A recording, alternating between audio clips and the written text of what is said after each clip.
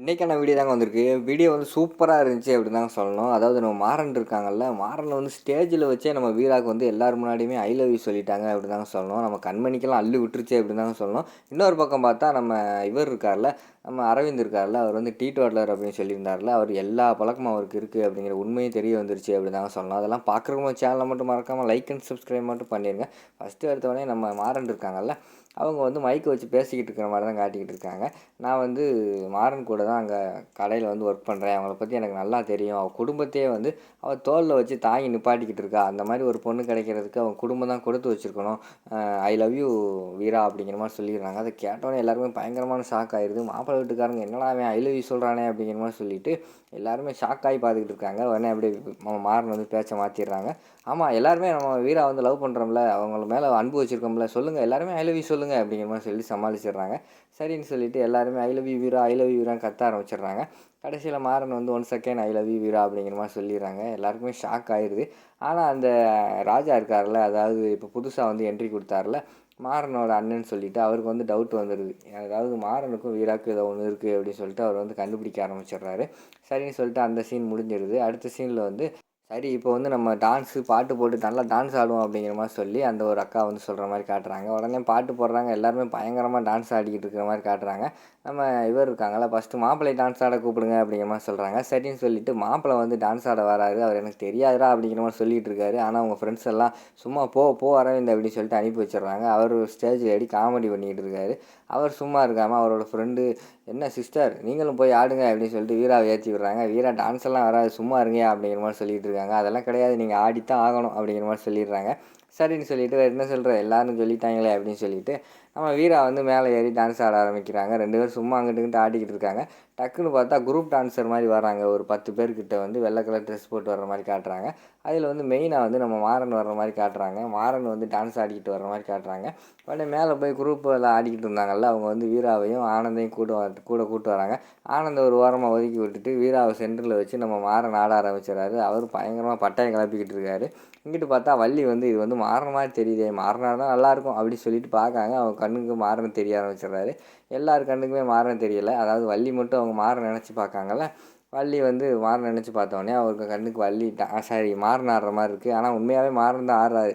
ஆனால் என்ன ஒரு சின்ன ட்விஸ்ட்டு வந்து வச்சுருக்காருன்னா, அவர் வந்து ஃபேஸ் மாஸ்க் மாதிரி வந்து ஒரு முகமூடி போட்டுக்கிட்டு டான்ஸ் ஆடிக்கிட்டு இருக்க மாதிரி காட்டுறாங்க.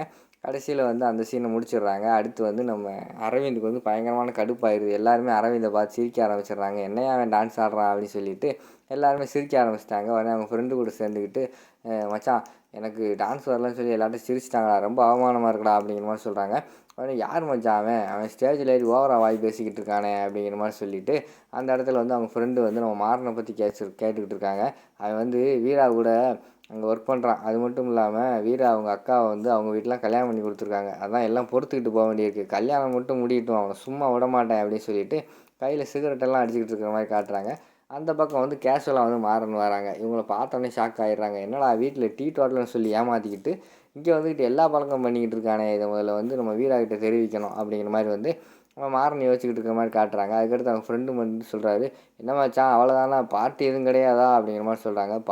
பார்ட்டி இல்லாமல் இருக்குமா, ஒன்றும் கவலைப்படாத, இந்த ஃபங்க்ஷன் முடிஞ்சோடனே ரெசார்ட் புக் பண்ணியிருக்கேன், போய் ஃபுல் சரக்கு போடுறோம் அன்றைக்கி நைட்டு அப்படிங்கிற மாதிரி சொல்கிறாங்க. சரி மச்சான் என்ஜாய் பண்ணுறோம் அப்படிங்கிற மாதிரி சொல்கிறாங்க. ஆமாம் இப்படி சரக்கு அடிக்கிறியே, இதெல்லாம் பொண்ணு வீட்டுக்காருக்கு தெரிஞ்சால் என்ன பண்ணுவாங்க அப்படிங்கிற மாதிரி வந்து ஒருத்தன் சொல்கிறான். உடனே அதுக்கு அரவிந்த் சொல்கிறாரு, அவங்க என்ன பண்ணால் என்ன, அதுக்குள்ளே நான் வீரா முடிச்சிடுவேன் அப்படிங்கிற மாதிரி சொல்கிறாங்க. என்னத்தை முடிப்பான் அப்படின்னு சொல்லிட்டு நம்ம மாறன் வந்து இங்கிட்ட யோசிச்சுட்டு இருக்காங்க. அடப்பாவிகளா இப்படியெல்லாம் பிளான் போட்டுக்கிட்டு இருக்கீங்களா அப்படின்னு சொல்லிட்டு மாறன் வந்து பார்த்துக்கிட்டு இருக்காங்க. அந்த நேரத்தில் கண்மணி வராங்க. கண்மணி பார்த்த உடனேயும் நம்ம ஆனந்த் வந்து சொல்கிறாரு, நான் வந்து வீரா கூட திருப்பி ஆடணும், என் ஃப்ரெண்ட்ஸ் எல்லாம் என்னை வந்து ரொம்ப மட்டம் தட்டி பேசிட்டாங்க, நான் டான்ஸ் ஆடியே ஆகணும் அப்படிங்கிற மாதிரி சொல்கிறாங்க. கண்மணி வந்து வீராலாம் ஆட மாட்டா அப்படின்னு என்னமோ சொல்லி சமாளிக்காங்க. அதெல்லாம் எனக்கு தெரியாது, எனக்கு ஆடணும் அப்படிங்கிற மாதிரி சொல்கிறாங்க. சரி நான் வேணால் ட்ரை பண்ணி பார்க்கேன் அப்படின்னு சொல்லிட்டு போயிடுறாங்க.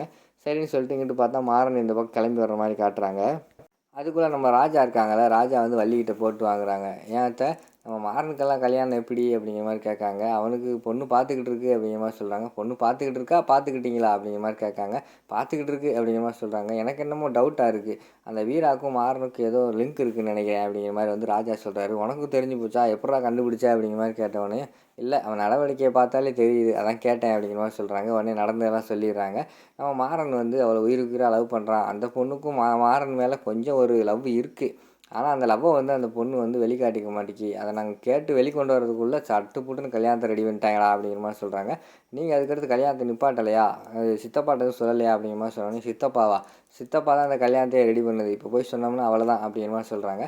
சரி நான் வேணா மாறனுக்காக போய் பேசுகிறேன் அப்படிங்கிற மாதிரி சொல்கிறாங்க. சரி போய் பேசுகிறா அப்படிங்கிற மாதிரி வள்ளி சொல்கிறாங்க. சரின்னு சொல்லிட்டு ராமச்சந்திரன் கூப்பிட்டு பேச ஆரம்பிக்காங்க. சித்தப்பா பிஸ்னஸ் எல்லாம் எப்படி போய்கிட்டு இருக்குது, என்ன ஏதுன்னு ஃபஸ்ட்டு அப்படியே நார்மலாக ஆரம்பிக்காங்க. அதுக்கடுத்து வந்து பசங்களுக்கு அடுத்த 2 பேர் கல்யாணம் எப்போ அப்படிங்கிற மாதிரி கேட்காங்க. கார்த்திக் முடிச்சு வைக்கணும், மாறனுக்கு பார்ப்போம் அப்படிங்கிற மாதிரி சொல்கிறாங்க. ஏன் சித்தப்பா, மாறனுக்கு முடிச்சு வைங்க, அவன் தானே மூத்தவன் அப்படிங்கிற மாதிரி சொல்கிறாங்க. முடிக்கணும், அவன் கொஞ்சம் ஊதாரித்தனமாக சுற்றிக்கிட்டு இருக்கான்டா அப்படிங்கிற மாதிரி சொல்கிறாங்க. அந்த நேரத்தில் மாறன் வந்துடுறாங்க. வள்ளி, என்ன வள்ளி இங்கே என்ன பண்ணிக்கிட்டு இருக்க அப்படிங்கிற மாதிரி கேட்காங்க. டேய் உன் லவ்வை வந்து உங்கள் அண்ணன் வந்து உங்கள் அப்பா கிட்ட சொல்கிறான்டா, நான் தானே சொல்லக்கூடாது சத்தியம் வாங்கினேன், அவன் சொல்லுவான்டா அப்படிங்கிற மாதிரி சொல்கிறாங்க. உடனே என்ன பண்ணிக்கிட்டு இருக்க, இரு அப்படின்னு சொல்லிட்டு, ஆனால் என்னென்ன இங்கே பண்ணிக்கிட்டு இருக்க, வானே உடனே அங்கே ஸ்டேஜில் எல்லாம் தேடிக்கிட்டு இருக்காங்க, நீ வந்து இந்தியன் ஆர்மியில் கமாண்டராக இருக்க, வந்து பேசுனேன், வந்து ஸ்டேஜில் வந்து பேசுனேன் அப்படிங்கிற மாதிரி சொல்லிட்டு கூப்பிட்டு போயிடுறாங்க. அதோட பார்த்தீங்கன்னா இந்த எபிசோடு வந்து முடிச்சிடுறாங்க.